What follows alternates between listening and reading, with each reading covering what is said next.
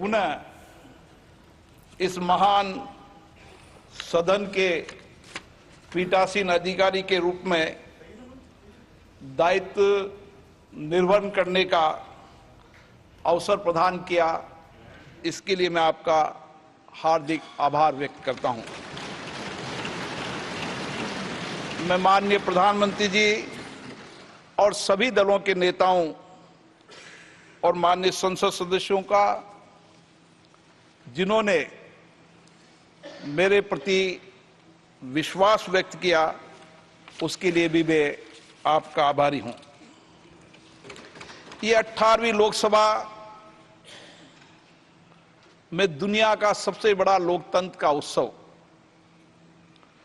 और उत्सव में भौगोलिक विविधताएं, प्रतिकूल मौसम, अन्य चुनौतियों के बाद भी जिस सक्रियता से 64 करोड़ ज्यादा से मतदाताओं ने भाग लिया, मैं सदन की ओर से उनको और देश की जनता को के प्रति भी आभार व्यक्त करता हूं। मैं निर्वाचन आयोग, जिसने निष्पक्ष, निर्बाध एवं पारदर्शी तरीके से निर्वाचन प्रक्रिया संपन्न कराई, दूर दराज के इलाके में एक मत को भी मतदान करने के लिए जो उन्होंने प्रयास किया, उसके लिए मैं निर्वाचन आयोग को धन्यवाद देता हूं। माननीय प्रधानमंत्री नरेंद्र मोदी जी के नेतृत्व में लगातार तीसरी बार एनडीए की सरकार बनी है। पिछले एक दशक में जनता की अपेक्षाएं, आशाएं, आकांक्षाएं बढ़ी है। इसलिए हम सबका दायित्व हो जाता है कि हम उनकी अपेक्षाएं, आकांक्षाओं को प्रभावी तरीके से पूर्ण करने के लिए सामूहिक प्रयास करें। माननीय सदस्यगण, 18वीं लोकसभा हमारे एक नए विजन और नए संकल्प की सभा होनी चाहिए। 18वीं लोकसभा हमारे रचनात्मक चिंतन एवं नूतन विचार की सभा होनी चाहिए, जिसमें उच्च कोटि की संसदीय परंपरा स्थापित हो, पक्ष प्रतिपक्ष की मर्यादित सहमति असहमति की अभिव्यक्ति हो, देश के समक्ष ज्वलंत मुद्दों पर सार्थक चर्चा संवाद हो और विकसित भारत के संकल्प को पूरा करने के लिए इच्छा शक्ति के साथ ये संकल्प काम करे। माननीय सदस्यगण, मैं इस अवसर पर मेरे पूर्वतन पीठासीन अधिकारी को भी स्मरण करना चाहता हूं, जिन्होंने अपनी कार्यकुशलता से इस सदन की दक्षता को, इसकी मर्यादा को, इसकी परंपरा को, इसकी गरिमा को प्रतिष्ठा देने का पूरा प्रयास किया। मुझे भी 5 वर्ष पीठासीन अधिकारी के रूप में ये गौरव प्राप्त हुआ। मैंने कोशिश की कि सभी सदस्यों को पर्याप्त समय, पर्याप्त अवसर मिले।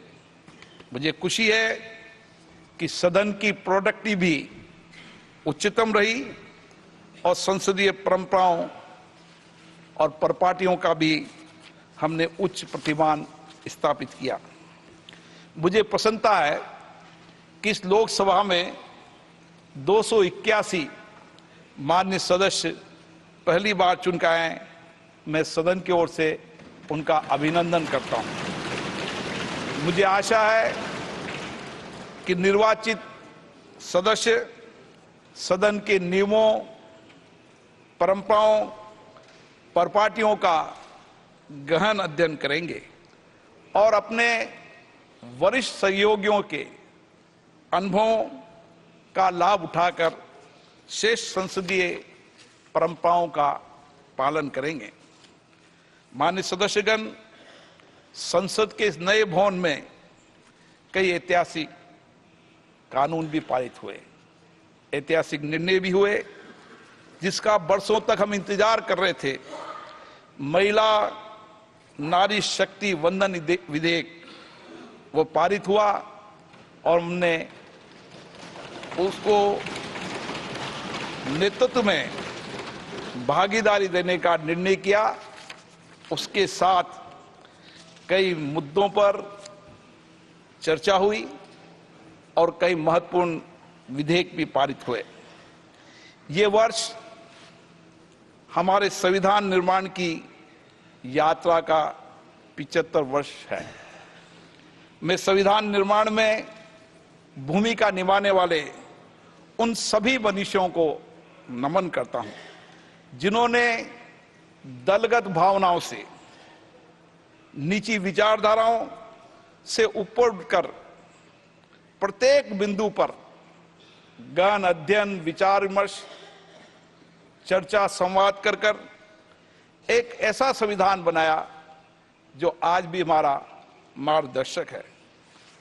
मैं आप सभी से आग्रह करना चाहता हूं कि 18वीं लोकसभा में भी हम महान संविधान निर्माताओं को स्मरण करते हुए राष्ट्र हित में, लोक कल्याण में ऐसी नीतियां बनाएं, ऐसे कानून बनाएं जिससे समाज के शोषित, पीड़ित, वंचित वर्ग का उत्थान हो सके और अंतिम व्यक्ति के जीवन में सामाजिक, आर्थिक कल्याण हो सके।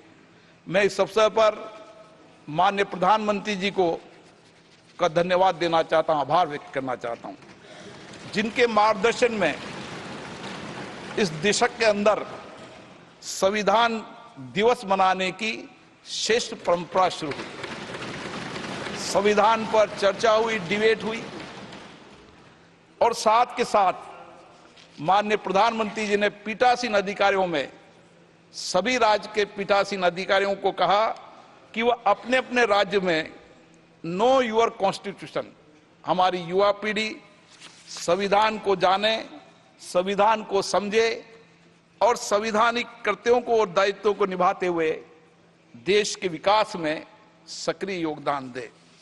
मेरी कोशिश रहेगी कि मैं सभी मान्य सदस्यों को पर्याप्त समय, पर्याप्त अवसर दूं। ये संसद सभी पक्षों के विचार वाली सभा है। सभी पक्षों के विचार यहां पर आने चाहिए। सहमति, असहमति हमारे लोकतंत्र की ताकत है। हम अलग अलग विचारधारा से चुनकर आते हैं, लेकिन विचारधाराओं के बाद भी देश सबसे सर्वोपरि है। मुझे आशा है कि अपने अपने दल की विचारधारा और जिन मुद्दों पर असहमति होगी, आप जोर से असहमति व्यक्त करेंगे। जहां पर आपको विधेयक पर सकारात्मक रूप से चर्चा करते समय सुझाव देंगे, सरकार से भी अपेक्षा रहेगी मेरी कि उन सुझावों को शामिल करें। पक्ष और विपक्ष मिलकर सदन चलता है। भारत के लोकतंत्र की ताकत यही है कि सबकी बात सुनी जाए और सबकी सहमति से सदन चले। मेरी अपेक्षा रहेगी कि मैं सबकी सहमति से सदन चलाऊं। एक दल का व्यक्ति हो, उसको भी पर्याप्त समय, पर्याप्त अवसर मिले, क्योंकि देश की जनता ने उनको चुनकर भेजा है। और मैंने कोशिश की पिछले कार्यकाल में कि पहले सत्र में सभी मान्य सदस्यों को बोलने का अवसर दिया। जो मान्य सदस्य नहीं बोलना चाहते थे, उनको भी आग्रहपूर्वक बुलाया और उन्होंने अपनी बात को रखी। मैं कोशिश करूंगा कि उसी भावनाओं से आप सबका मत, विचार सदन में आए और मैं निष्पक्ष रूप से सदन का संचालन कर सकूं। लेकिन मेरी अपेक्षा रहेगी कि निर्बाध रूप से सदन चले, ये मेरी आपसे अपेक्षा रहेगी। हम सब लोग यहाँ पर चुनकर आते हैं और जनता की बहुत अपेक्षाओं से चुनकर आते हैं। इसलिए मैं बार बार आग्रह करता हूं कि सदन में गतिरोध नहीं होना चाहिए। सदन में आलोचना हो, विचार व्यक्त हो, अभिव्यक्ति हो, लेकिन गतिरोध सदन की परंपरा नहीं है। बेल में आना सदन की परंपरा नहीं है। मेरी कोशिश रहेगी कि जो संसदीय मर्यादा है उसके पालन करने की जिम्मेदारी आपने मुझे दी है और मैं उसका पालन करूंगा। मैं कभी माननीय सदस्यों के खिलाफ कोई कार्रवाई नहीं करना चाहता, लेकिन आप सब भी ये चाहते हैं कि सदन की उच्च कोटि परंपरा प्रपाटियां लागू रहे। इसके लिए मुझे कठोर निर्णय लेने पड़ते हैं। मेरी इस 18वीं लोकसभा में अपेक्षा रहेगी कि हम सब लोग बहुत अच्छा संवाद करें, उच्च कोटि की संवाद करें, चर्चा करें। जैसा इस सदन की परंपरा रही है कि यहां पर उच्च कोटि की संवाद चर्चा हुई है, मेरी कोशिश रहेगी कि उसी तरीके की चर्चा संवाद हो, क्योंकि संसद में विरोध और सड़क के विरोध में अंतर होना चाहिए। हमें जनता ने चुनकर भेजा है संसद के लिए, इसलिए मेरी अपेक्षा रहेगी कि हम विरोध के तरीके को संसद की मर्यादा के अनुरूप अपनाएं। पुनः मैं सभी मान्य सदस्यों का आभार व्यक्त करता हूं और विशेष रूप से आग्रह करता हूं कि लोकतंत्र और सदन के गौरव बढ़ाने के लिए आप सब सामूहिक प्रयास करेंगे। हमें लोक सेवा का जो अवसर दिया है उसका अधिकतम उपयोग करेंगे।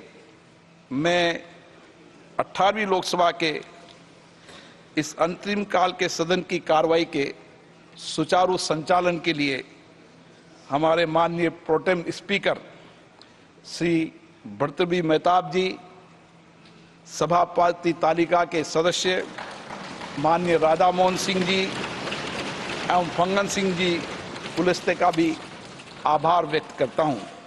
मैं लोकसभा के महासचिव, सचिवालय के सभी कर्मचारियों की समर्पित सेवा के लिए उनको धन्यवाद देता हूं और मैं आशा करता हूं जो विचार आपने व्यक्त किए हैं हम सब मिलकर इस 18वीं लोकसभा की सदन की गरिमा और प्रतिष्ठा को बढ़ाएंगे। धन्यवाद। जय हिंद।